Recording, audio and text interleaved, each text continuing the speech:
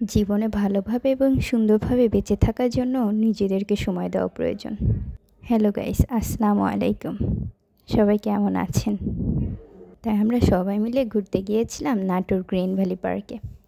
সকাল 7টার সময় ঘুম থেকে উঠে রেডি হয়ে সবাই বেরিয়ে পড়েছি নাটোর গ্রিন ভ্যালি পার্কে যাওয়ার উদ্দেশ্যে। তো দেখুন বাসের মধ্যে সবাই কত মজা করছে, নাচ গান করছে, যে যেমন পারে সেমনভাবেই। কারণ এখন নিজেদের সময়, নিজেরা মজা করবে না তো কারা মজা করবে আপনারাই বলুন। তো সবাই যে যার মতো করে আনন্দ মজা করছে। এই আনন্দ মজা তো আর মানুষ প্রতিদিন করে না, তাই না? কোনো উপলক্ষ ছাড়া এটা সম্ভব হয়ে ওঠে না। তো ছোটো বোনের স্কুল থেকে সবাই গিয়েছিলাম পিকনিকে। তো আনন্দ মজা নাচ গান করতে করতে আমরা সবাই পৌঁছে গেছি নাটোরে। যেহেতু গিয়েছিলাম সিজনের সময়, তাই অনেক বেশি ভিড় ছিল। আপনারা দেখতেই পাচ্ছেন কতগুলো বাস সেখানে দাঁড়িয়ে আছে। তো সবাই মিলে আস্তে আস্তে ভেতরে প্রবেশ করলাম।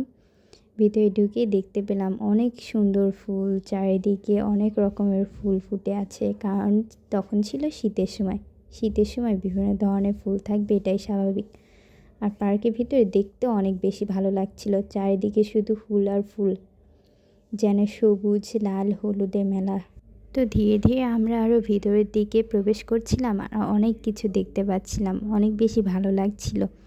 যেহেতু এটা বছরের শেষ সময় ছিল, তাই হালকা হালকা শীত করছিল, যার কারণে ঘোরাঘুরি করতে আরও অনেক বেশি ভালো লাগছিল। তো চারিদিকে বিভিন্ন ধরনের গাছ আর বিভিন্ন ধরনের রাইড দেখে তো খুবই ভালো লাগছিল। শুধু মনে হচ্ছিল কখন রাইডগুলোতে উঠবো। কিন্তু আমরা সবাই মিলে যাচ্ছিলাম ট্যুরিস্ট স্পটে, কারণ সেখানে গিয়ে সবাই মিলে নাস্তা করব। নাস্তা করার পরে সবাই সবার মতো ঘুরে বেড়াচ্ছে। তো আমরা প্রথমেই ট্রেনে উঠেছিলাম যাতে করে চারিদিকটা দেখতে পারি। তো দেখুন, ট্রেনে উঠেই চারপাশটা খুব ভালোভাবে দেখছিলাম। যখন ট্রেনে করে ঘুরছিলাম তখন এটা একটা ঝর্ণার মধ্যে দিয়ে গিয়েছিল, তখন অনেক বেশি ভালো লাগছিল। যাওয়ার পথে হঠাৎ করে একটি বড় ডাইনোসর দেখতে পাই, অনেক বেশি ভালো লাগছিল ডাইনোসরটাকে। তো আপনারাও কি নাটোর গ্রিন ভ্যালি পার্কে ঘুরতে গিয়েছেন অবশ্যই জানাবেন। ঘোরাঘুরি করতে করতে প্রায় দুপুর হয়ে গিয়েছে। যেহেতু আমাদের একটা নির্দিষ্ট টাইম বলে দিয়েছিল দুপুরে খাওয়া দাওয়া করার জন্য, তা আমরা এতটুকু ঘোরাঘুরি করে লাঞ্চ করতে চলে যাই। লাঞ্চ করে এসে আবার সবাই ঘোরাঘুরি করি এবং বাকি সব জায়গাগুলো দেখি। তো আমাদের অনেক বেশি ভালো লাগছিল এখানে ঘোরাঘুরি করতে এবং দেখতে।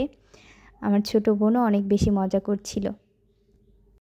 আরও অনেকগুলো প্রতিষ্ঠান থেকে এখানে এসেছিল ঘোরাঘুরি করতে, যার কারণে লোকজন একটু বেশিই দেখা যাচ্ছিল চারপাশে, তবে অনেক বেশি ভালো লাগছিল।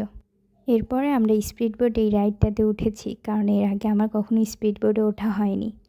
অনেকেই উঠেছি স্পিড বোটে, কিন্তু আমি উঠিনি এর আগে কখনোই, যার কারণে একটু ভয় ভয় লাগছিল, আবার ভালোও লাগছিল। পানির এই ঢেউগুলো দেখতেই বেশি ভালো লাগছিল। স্পিড বোট রাইডটা শেষ হলে আমরা চলে যাই ছোটো বোনকে নিয়ে নাগরদোলাতে চড়াতে। বাচ্চারা এই নাগরদোলাতে চড়বেই, এমন কোনো বাচ্চা নেই যে নাগরদোলাতে চড়েনি।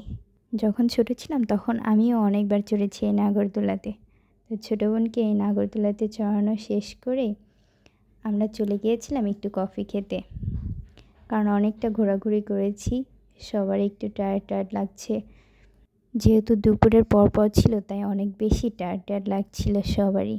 তো তারপরে আমরা আবার আরেকটু ঘোরাঘুরি করছিলাম, চারিদিক দেখছিলাম। তো অনেক বেশি ভালো লাগছিল, বিশেষ করে এই ব্রিজগুলো দেখতে আরও অনেক বেশি ভালো লাগছিল। এরপরে এক পাশে গিয়ে দেখে এখানে সুন্দর এই ফুলের গেট, অনেক বেশি ভালো লাগছিল দেখতে। একদম ফুলগুলো সুন্দরভাবে ফুটে আছে। আর এটা হলো সেই ঝর্ণাটা যেটার মধ্যে দিয়ে ট্রেনটা গিয়েছিল। ঝর্ণাটা দেখতে অনেক বেশি ভালো লাগছিল। আজকে ভিডিওটা এই পর্যন্তই। তো কেমন হয়েছে সবাই জানাবেন। আল্লাহ হাফেজ।